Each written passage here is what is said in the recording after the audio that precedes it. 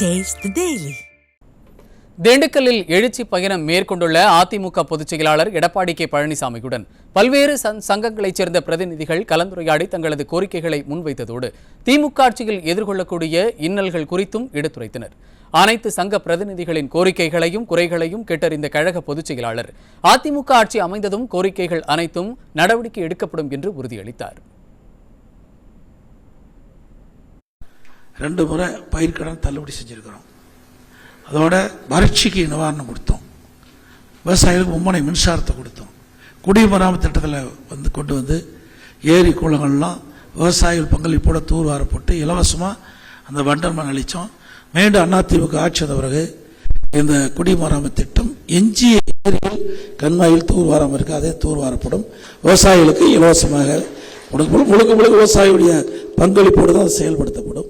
அதே போல் இந்த மஞ்சள் ஆறு துணியை தூர்வாரம் சொல்லலாம், அதையெல்லாம் தூர்வாரப்படும். அது மட்டுமல்ல, தமிழகத்தில் இருக்கின்ற அனைத்து அணைகளிலும் பல ஆண்டுகளாக தூர்வாராமல் இருக்கின்றது.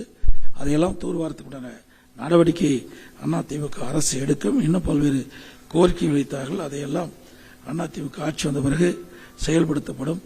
இங்கே பேராயர்கள் இங்கே குறிப்பிட்டார்கள், வன்னிய கிறிஸ்தவ பெருமக்களுக்கு மிகவும் சீர்மறை பட்டியலில் சேர்க்க வேண்டும் என்று கருத்தை சொல்லியிருக்கின்றார்கள். அது ஏற்கனவே அனைத்து இந்திய அண்ணா திராவிட முன்னேற்ற கழக அரசு கேட்ட பொழுது எங்களுடைய கவனத்திற்கு கொண்டு வந்தார்கள். ஆனால் ஆட்சி மாற்றம் ஏற்பட்டு விட்டது.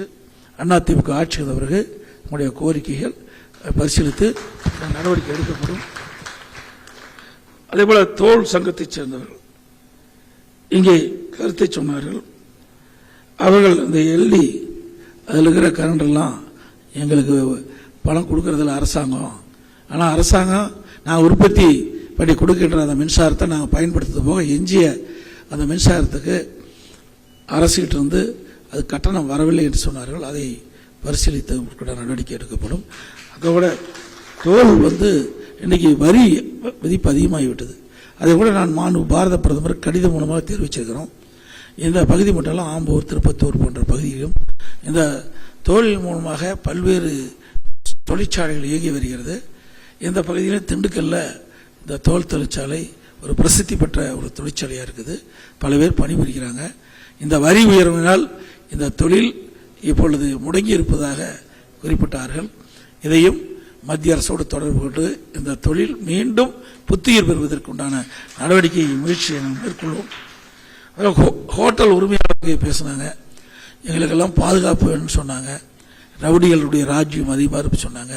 அதிமுக ஆட்சி இருக்கின்ற வரை ரவுடிகள்லாம் ஒடுக்கப்பட்டது.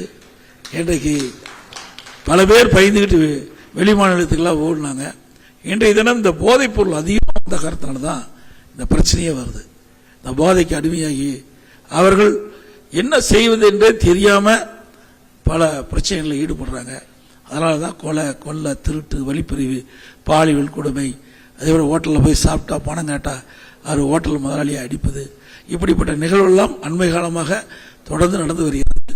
அதுக்கெல்லாம் முற்றுப்புள்ளி வைக்கப்படும். அதே போல இந்த ஹோட்டல் உரிமையாளர்களுக்கும் அவருடையெல்லாம் அதிமுக ஆட்சியவர்கள் அழைத்து அவர்களுக்கு என்னென்ன பிரச்சனைகள் எல்லாம் ஆய்வு செய்து அதற்கும் தீர்த்து வைப்பதற்குண்டான நடவடிக்கையும் மேற்கொள்ளப்படும்.